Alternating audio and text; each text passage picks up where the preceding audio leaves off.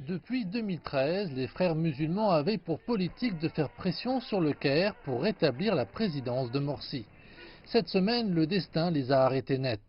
Au cours de ces années, le groupe s'est montré impuissant et divisé. Certains experts craignent que la mort de Mohamed Morsi ne fasse revivre le groupe. La mort de Mohamed Morsi a donné une bouffée d'oxygène au groupe des frères musulmans et à son idéologie. Je pense que les pays qui avaient l'habitude de soutenir le groupe pourraient le soutenir encore plus loin, de façon financière, en tirant parti de l'existence de ces groupes au Moyen-Orient. Sa mort pourrait combler les écarts de division entre les membres de la confrérie en s'unissant pour une même cause. Bien que l'autopsie a confirmé qu'une insuffisance cardiaque était la cause du décès, le groupe affirme à ses partisans que Mohamed Morsi a été tué. Les réactions attendues proviendront des groupes armés de la confrérie que nous connaissons. Ils pourraient faire gagner du terrain aux organisations terroristes.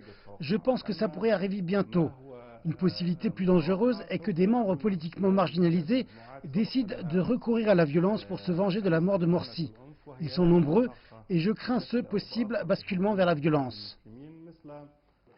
La direction du groupe interdit restait sous la responsabilité de son chef suprême alors que l'ex-président était incarcéré.